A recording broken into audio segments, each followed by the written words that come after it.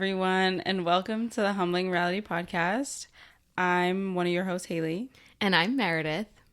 And today we'll be focusing on the finding peace that we were supposed to talk about last episode. So we'll specifically focus on how we can enjoy where we are now. AKA, I'm 23. I'm 22. That's where we are now. So figuring out, what do we do? I think there's a lot of pressure to like enjoy your 20s kind of thing. Oh, yeah. So that's kind of why we wanted to talk about this. Like, how do you do that? Because there's so much stress to like get a good job and save money and all these other things that we're kind of going to touch on in today's episode. So, Haley, do you want to start? We'll keep the pattern going since you started last episode when we were supposed to talk about this. Love that for me. Sure. Where am I now? Y'all know because we did all those previous episodes. And nothing's changed. It's probably been a week and a half since we recorded the first episode. So nothing's changed. But in general, first of all, I think we've said this 1,000 times, but we will literally keep reminding you. We're young. 23 is young. I don't know where this, when people say, oh, 25 is getting to 30, who said that? Who started saying 26 was the new 30? Meredith, put your hand down. I mean, I don't actually think that. Like, you have a great point, but I think earlier last episode I was like, we're almost 30 years old. Oh yeah, you did. Yes, but I know you weren't serious. Yes. I don't know who seriously says that because I think if they do, they're younger than us and they're like, oh my God, you're so old. No, we're really not.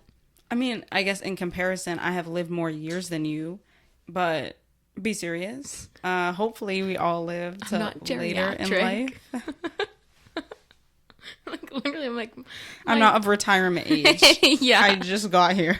So relax. I'm not 65. I'm not 80.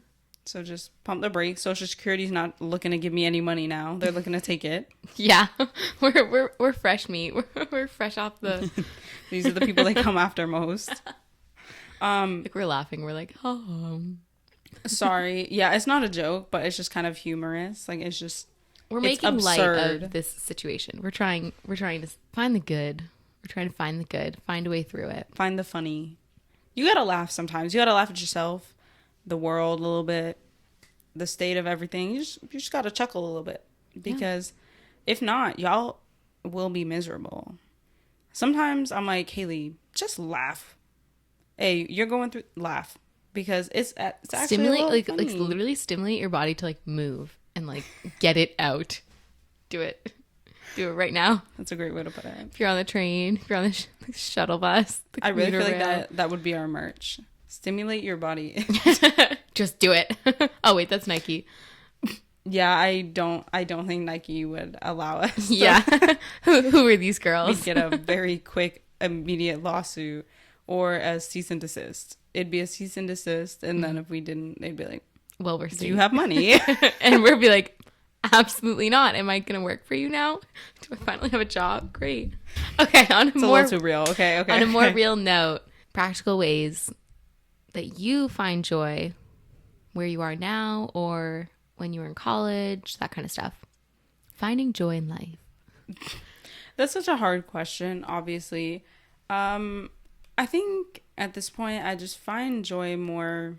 I don't even know if it's joy. I think I balance my mental health now more. Like I said last episode, I just kind of have to put myself first and more be honest with myself. I think sometimes I got caught in... I don't want to say lying to myself, but trying to convince myself oh no, Haley, don't worry, everything's fine, it'll be fine. Gotcha. Okay. And so you get a little complacent in things and you're like, it'll work out. And I do believe that things will work how they're supposed to work. Not philosophically. I'm not like everything will work out the way it's supposed to. I think if you do nothing will change. So it's kind of like that the idea of the universe decides your destiny or you do kind of thing. I was gonna say manifest destiny, and then I was like, no, not manifest destiny. No, I know what you're talking about. I forget what it's called, but it's yeah, you know what I'm talking about. Yeah, like if your destiny is decided Like for predetermined. yeah. Yeah. I don't believe that. Okay. Well, yeah, sorry. Personally. I was just adding to what you were saying. So, No, yeah. not the philosophical, but you became complacent and that everything was going to be okay. And so getting out of that, or where are you at now with that? I think now I was in a place where I was always like very back and forth.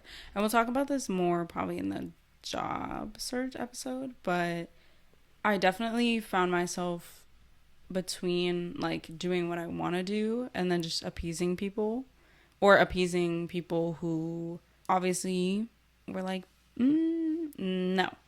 Do you find it very black and white? Like either you have to please people or you have to please yourself? Or do you think there's ever a middle ground?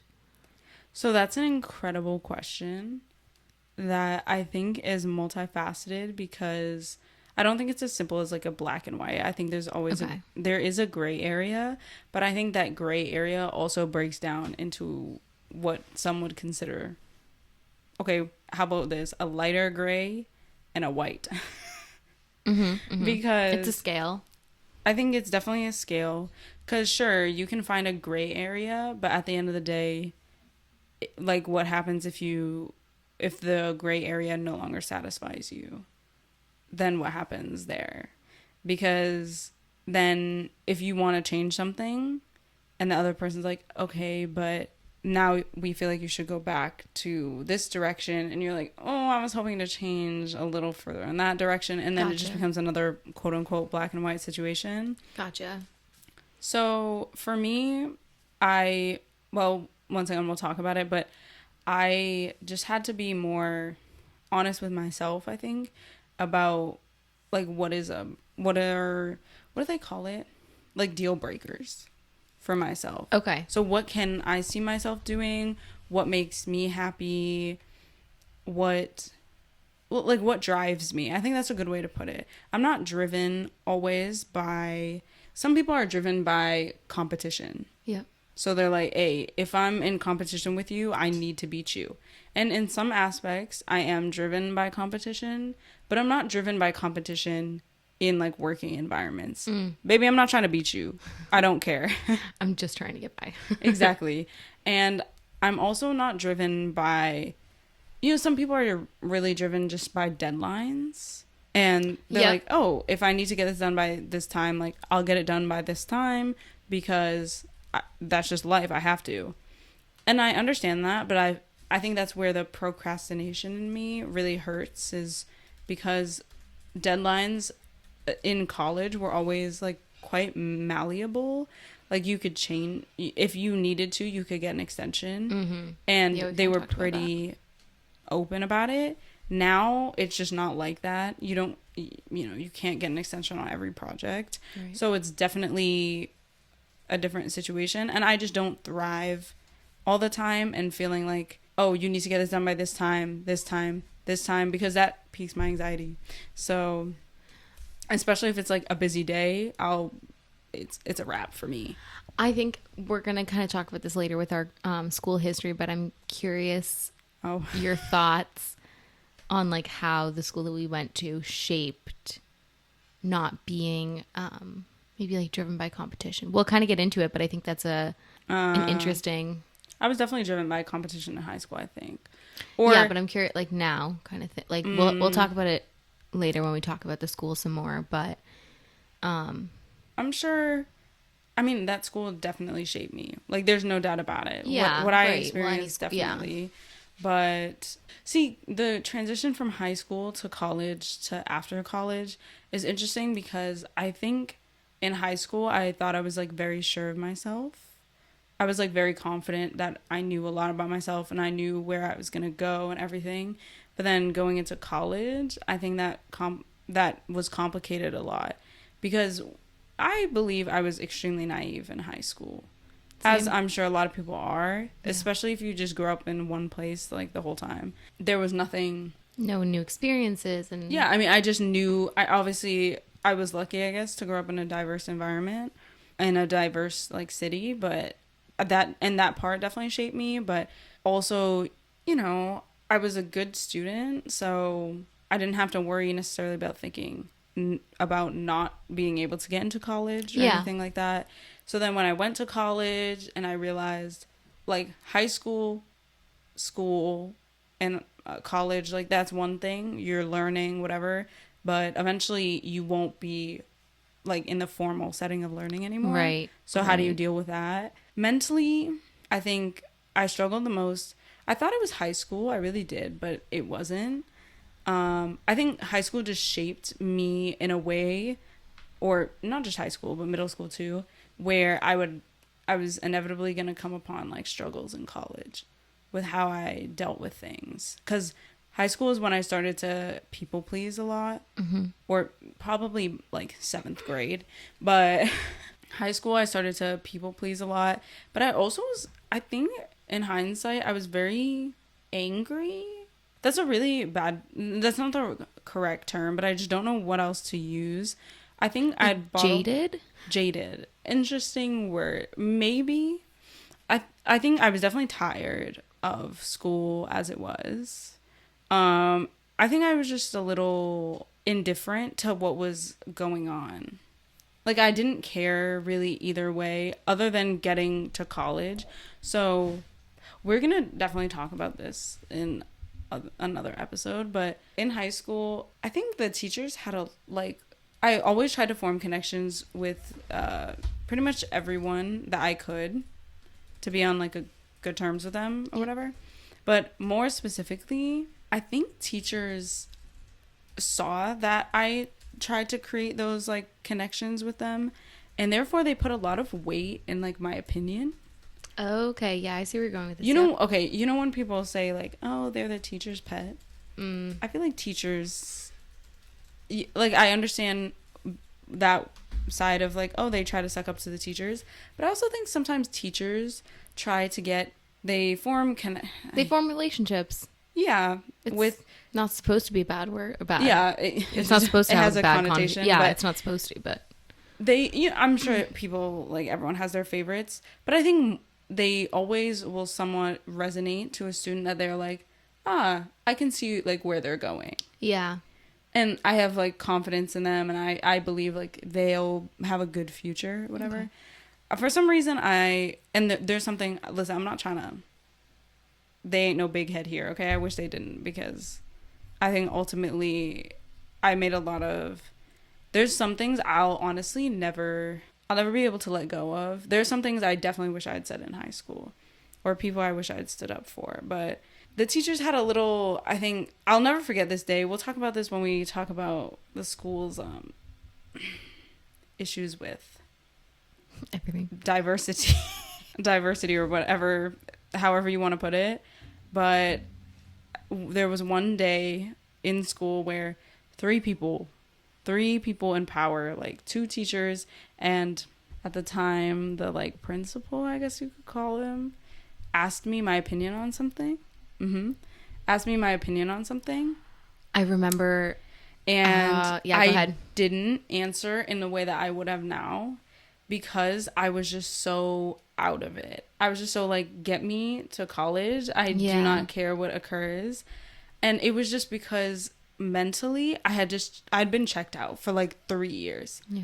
Once I entered sophomore year, I don't think I cared about anything except for just getting good grades, and however I was gonna do that. But whatever happened in school, even with friends, I was like, honestly, I'm just looking ahead, babe. I'm so sorry, because I just really can't be here anymore.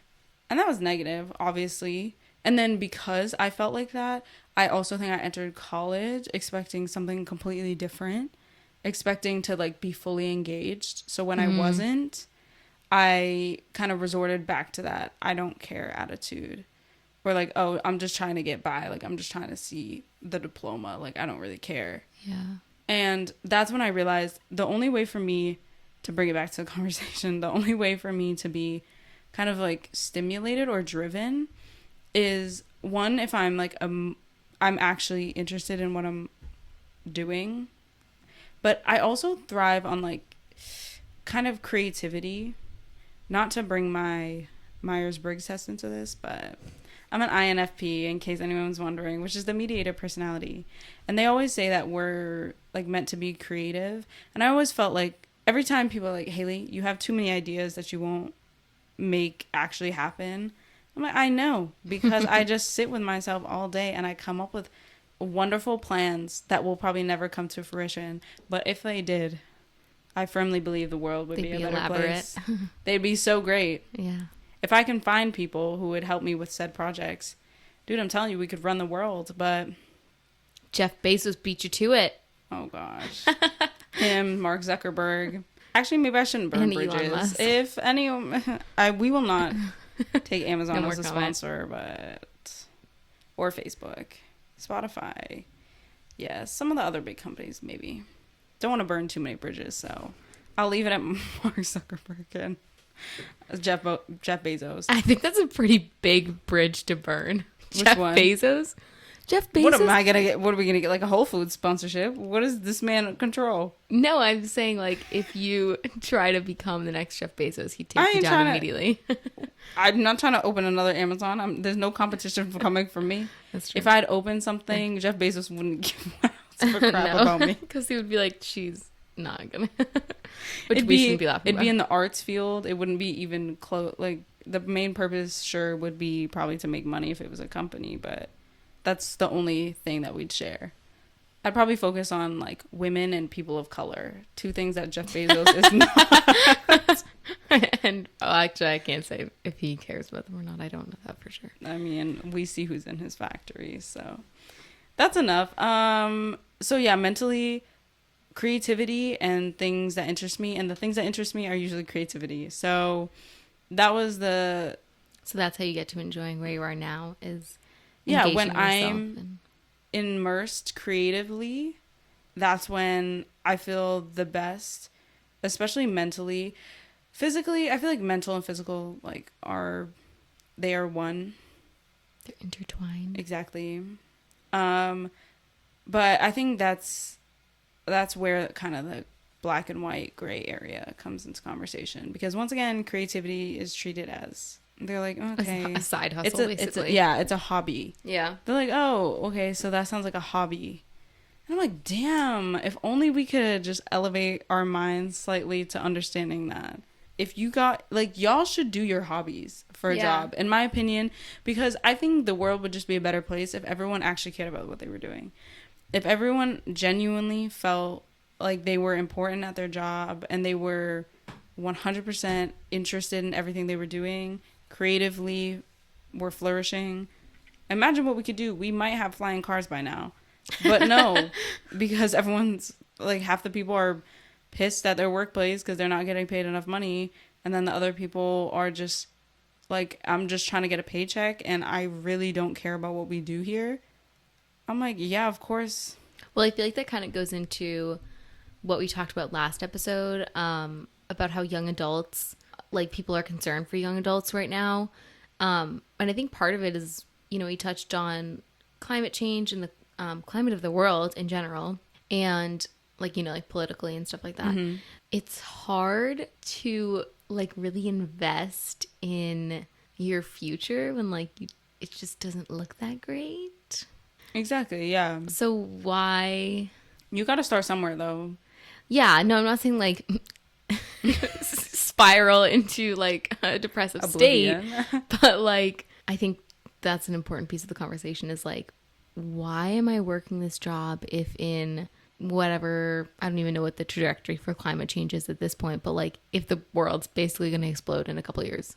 I don't know if it's like 30, I don't know. I don't actually know that for a fact, but it's like, it's really hard not to have an existential crisis when all you're thinking about, like the trajectory for your life is really changing because of a lot of current issues in our world. So I think like that's another important piece of the conversation that we're talking about, like people not being satisfied at their jobs. It's that, you know, we can find a way to pay them more, sure, and that's just a temporary solution because there are still gonna be people who are, no, I don't want to be working in general because this isn't gonna do anything for me in the long run. Yeah. I'm telling you, where is the tricky proletariat situation, revolution?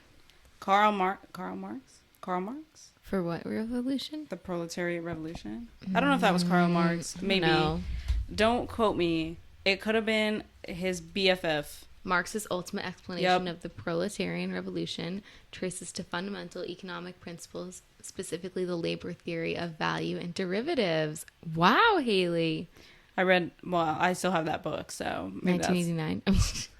Welcome to New York, Taylor Swift. I was like, in 1980, what book are you referencing? 1984. Is that the book that you were actually talking about? No, I literally have a Karl Marx book. I was actually talking about the Proletariat Revolution, which is way, way, way, way, way earlier. But Karl Marx had a point. He was like, so when are the people going to realize, well, this is mainly based on jobs where it was like automation, where you just like, you'd put something and then everyone had their own like job to do to fulfill it. But like, when will people realize that eventually they'll become kind of expendable? Or that they don't have control over what they're doing, and that they can pretty much be replaced at any time, because no matter what, someone can always do your job for you or can just take you over if they don't like you anymore. So I was like, yeah, maybe one day. And then COVID happened and I was convinced. I really thought, I was like, it could happen. It could happen where people actually start to be like, hey, wait, I forgot how much power we had. I had a friend once who's told me, I think he was a business major, some kind of business. So don't come for me, come for him. We don't know him. Yeah, we're not going to name You're him. fine, but dude. if I've ever told you the story and I told you his name, don't come for him. He said, capitalism doesn't work when there are greedy people. To me, that's really true. Because Wait, sorry. Capitalism doesn't work if there are greedy people. Like the real idea of capitalism, like what it was founded on, doesn't work when people are greedy. It's like, okay, I guess kind of like the idea of like redistributing the wealth. We're going to switch gears. We're going to come back into today's topic, which is how can we enjoy where we are now? So Haley, you kind of said like finding stuff that you're interested in, investing in your hobbies. Is that right? That big idea? if you can invest in your hobbies, please invest in your hobbies. Also, as a shout out, I think there are podcasters that trust me, they make money. Like, it's not impossible. And there are people, obviously, like content creators, they make money too. Who knows what some of those big content creators make. So it's not that your hobbies always have to be hobbies. I think it goes back to the believing in yourself thing, though. If you believe in yourself, I really think that you can kind of do not anything that you put your mind to, because if you don't go to study to become a doctor and you're like, but I'll still be a doctor, you ain't getting there. But there are barriers in place for that.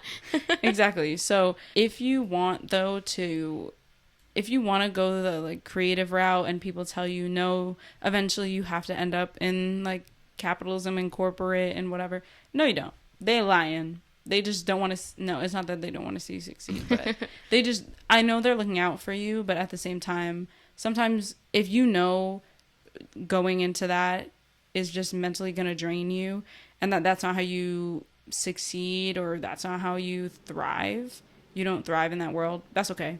I have no issues. And if other people have issues, tell them to DM me, okay? Well, depending on who you it is. You can DM me, I guess, or DM mainly the podcast. But if you want to DM me personally and tell me off, that's fine. I'll just laugh at your DM and show it to Meredith and maybe say it on the next episode. So I don't care. Send it okay, Meredith, what about you? For me, how can I enjoy where I am now? I think that, first of all, we have to acknowledge that being in your early 20s is really hard. It's really hard. I think that, like, kind of at the top of the episode, we talked about how, maybe other people don't feel this way, but I think there's a lot of pressure to make the most of your 20s, especially like your early 20s. And it's a lot. Like, this varies person to person, but I'm doing my student teaching, so I'm doing a full-time job. Mm-hmm. I'm not getting paid anything, but I am expected to be a full-time teacher, doing all the work. Okay, we already know teachers have so much on their caseload, so I'm doing that. And then on top of that, I'm taking classes, and then on top of that, I'm working a job to pay for gas because I'm not making any money at my full-time job. So I'm working a part-time job, classes, and a full-time job, And then I'm trying to see my friends in between and do this podcast. And I know that like it varies person She's to a person. trooper. And I like having a lot on my plate, but I do think that like, I mean, I don't want to sacrifice my friends, but like, no, but change of sentence kind of thing. I will never sacrifice my friends because I do want to have fun with them, but I do have like constraints where it's like, I have obligations that take priority over free time with my friends kind of thing. So it's like, I do want to enjoy my 20s and like being young. And another big thing that like I keep going back to, I definitely want to go abroad next year. So I'm going to be away from them for a whole year. And maybe like before that year, one of my friends moves away for a job. So like I kind of have like this YOLO mentality a little bit because I'm like, I don't know the next time where we're all going to be relatively in, first of all, the same geographical location. And second of all, the same like place in life. Like, yeah. You know, and like that's not even true for us right now. Like some of us are working, some are still in school, some are part-time in school, part-time working. I'm in grad school and I'm working, like, you know what I mean? Like everyone's doing something different. So we're no longer all in school. We're not doing the same thing at the same time anymore.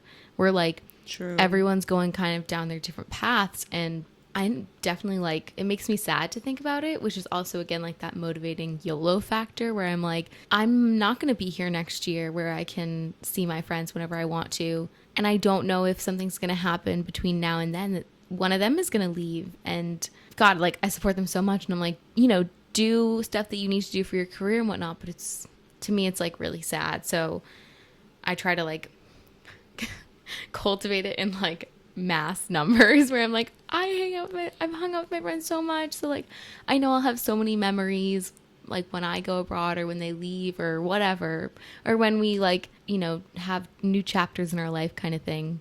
But so I think like all that to say, being grateful and being present, I think is like my number one priority for trying to enjoy my 20s, specifically like my young 20s. Like I know I wrote down a Carrie Bradshaw quote. Of course. By the way, could she not? If you haven't watched any Sex and the City, you need to watch it and you need to you need to keep us updated. That's our other Bible. Have you watched it, Haley? Now, who agreed with that one? Okay. Meredith is slightly on her own on that one, but it's okay. We'll talk about it. All right, you can DM me privately and let me know what you think. But the quote is, it's from the movie, so you don't even have to watch the whole series. It's from the movie. Okay, got you. It says, enjoy yourself. That's what your 20s are for. Your 30s are to learn the lessons, and your 40s are to pay for the drinks. Oh, great scene. But that's so interesting. I don't know if any person would agree with that now. I mean, your 30s are for the lessons. I feel like now it's your 20s are for the lessons. Okay, so interesting because I think I kind of talked about this like when I was prepping for the episode. I think part of being present in your early 20s and like trying to enjoy them is knowing that you are going to make mistakes and learning to be okay with that, and learning, or like, you know, having the mindset to be like, yeah, I'm gonna make mistakes, it's kind of inevitable, it is inevitable, and I will learn from them. But I think, and again, I'm not 30, so I could be wrong, but I think there's maybe like something to be said that I still feel really young. I mean, I'm 22, I am young, but like naive wise, I could still feel very naive. So I feel like once I'm 30 and everything magically changes, but like kind of once I grow a little bit out of my 20s and maybe into my 30s is when I'll really be like, wow, I actually was way more naive than I thought. Or like, wow, that actually was a horrible friend, or like I should have let them go sooner, or whatever. I feel like, you know, I still feel very naive, and I think the lessons that you're supposed to learn in your 20s, again, this changes for every person, but I think in a vacuum, the idea I'm trying to get at is like, you have so many experiences in your 20s, good and bad. Life gives you lessons, but I think in your 30s is when you really realize what those lessons were. And again, I'm not 30, so I don't know, but that's my point of view and like perspective and opinion on all that. So interesting. And maybe it's because I like love Sex and the City, and I'm like, well, Carrie Bradshaw said that in your 30s is when you learn your lessons. I don't disagree. necessarily, because I obviously, once again, don't know. I'm not of the age to know necessarily. I think eventually, You can or disagree. not eventually. No. I don't necessarily disagree. I think maybe I just wouldn't suggest that your 20s are for. Intentionally making mistakes kind of thing. I think you can make mistakes, but I feel like those mistakes are the lessons, I guess is what I'm trying to get at. Okay. That makes sense. If you keep, I guess this is a better way to put it. If you keep making the same mistake over and over again and expect a different result, that in itself is the lesson. And that is learn that now. Insanity. Learn that now. Okay. Insanity is exactly the definition is doing the same thing over and over again and expecting a different result. Exactly. So don't do that. So I guess that it's not that I disagree, because I think you'll also make mistakes. I guess this is the thing. Well, mistakes and lessons for me go kind of hand in hand, because if you make the mistake, then you've learned a lesson from it, and if you don't, then what the heck were you doing? Okay. I think I'm still very naive, because I'll still make the same mistake over again. Like, I'm, you know what I mean? Like, I'm very stubborn, and I'm like, no, I don't want to change. And it'll get me into like certain situations, and I'm like, yeah, I know what the outcome is, but I don't want to change my mind. On the world.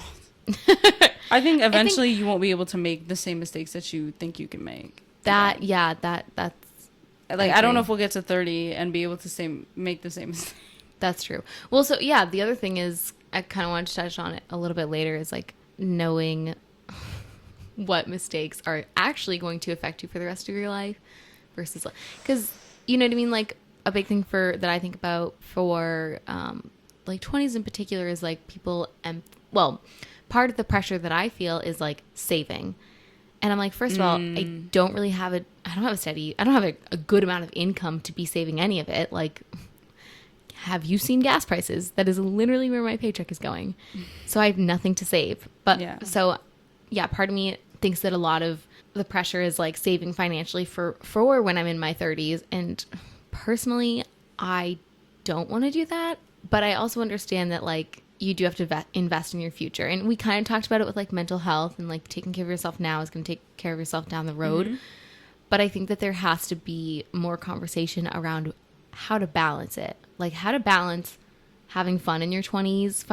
And part of that is like finances are required for that sometimes. Mm-hmm. But also investing in your future and like figuring out that balance kind of thing.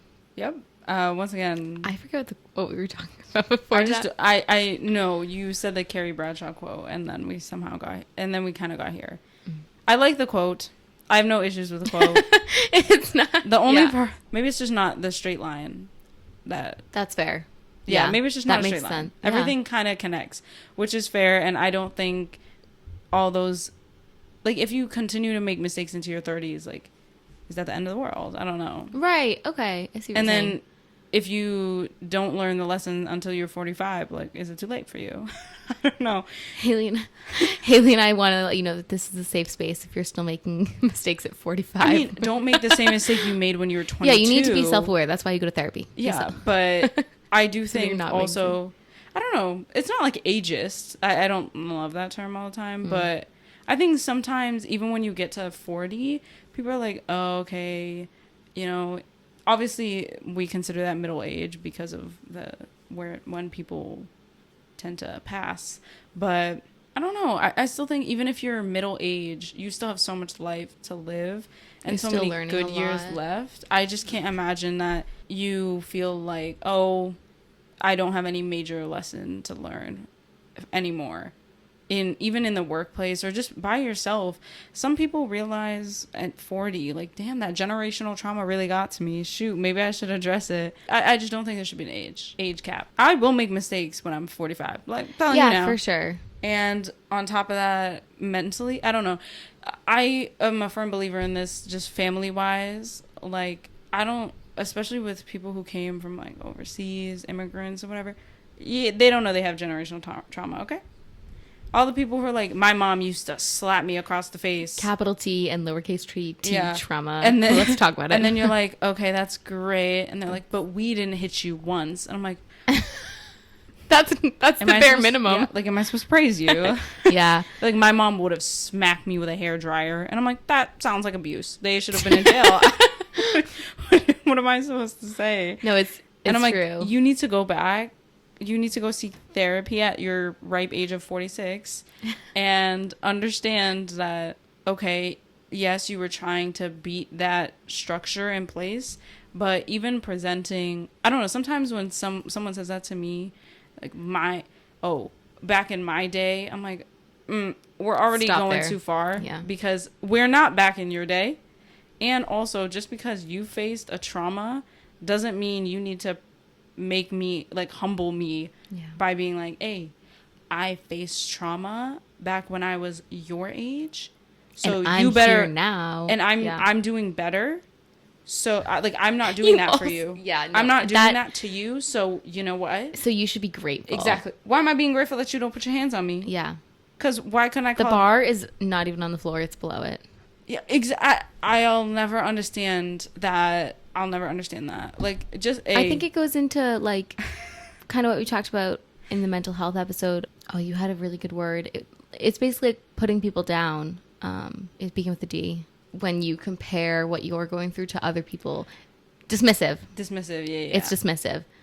Yes. To like, in a sense, kind It's of also, thing. I feel like it's kind of...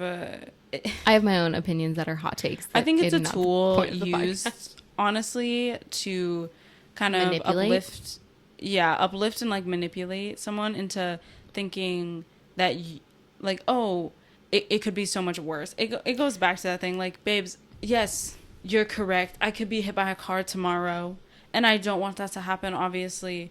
But if that were to happen and I were to, like, go into a coma, yes, that could be worse than the fact that you're telling me to my face now that I'm a stupid person. However, these are not the same traumas. Why are we comparing them? Just because you could have hit me doesn't mean that you should call me the B word to my face. Like, what is the difference? I'm a firm believer that if people try to one-up you on whatever you're going through or, like, you know, what they've been through, I think that's manipulation, and I will not tolerate it. I'm a very, like, that is kind of like something I call it stubborn, whatever. I will never change my mind about that. That's not. No, I won't. That is manipulation. Over time, I also agree. I also think people are very good at... So, I mean, there's obviously textbook gaslighting, and hopefully you know what that looks like. If you don't, maybe you're being gaslit, but sorry. But... It was a little too nonchalant. I apologize. Maybe you're being gaslit. I apologize, but people are really good nowadays, I think, at... You know when people try to kind of explain away things? They're like, no. I swear, I didn't mean it. I didn't mean it because, like, I just didn't know. And I'm like, ignorance does not in any way, shape, or form absolve you from the consequences of your actions. We need to... That needs to be printed on every single... TJ Maxx, Home Goods, Target, little picture thingy. Oh my God. Yes. Agreed. And I will say, like, there are some scenarios that I think this doesn't apply to. Like, if you're bottling something up and, you know, whatever, you explode on someone, they're like, I didn't, like... No, that's fine. But, so take this with a grain of salt, but... Communication's important. Like, if you choose not to communicate with someone and then you blow up, I think it's, for the most part, your fault. Because... Babes, respectfully, you should have said something. I value communication a lot. But I also think that, I think people use this mainly in cases where they're quite often just blatantly wrong. And they don't want to take ownership. We talked about that too in the mental health. Yeah, and you don't want to take ownership or even acknowledge. I don't know. You don't even have to take full ownership, but just acknowledge that you might be wrong. It could have affected someone. Having empathy. Yeah. So just saying you don't know in certain situations, we all don't know a lot of things. I don't know a lot of things, but I can tell you this much. If I did something and I'm like, oh, I didn't realize you felt that way. Like, I didn't realize I hurt you. That doesn't mean that because you didn't realize you hurt someone that all of a sudden it goes away. You still have to acknowledge it and deal with it. It doesn't... Just saying you don't know or... It's not... They use it as a cop-out. And yeah, it's like, okay. We don't tolerate that. No, not here. Sorry, not healthy here. communication is important. It's a necessity. Manipulation, gaslighting are not tolerated, not appreciated, and not. At this point, I feel like we're therapists. Okay. Okay. I literally, well, I'm like, Haley, can you elaborate on that some more? We're not. This is just a 1 hour therapy session at this point.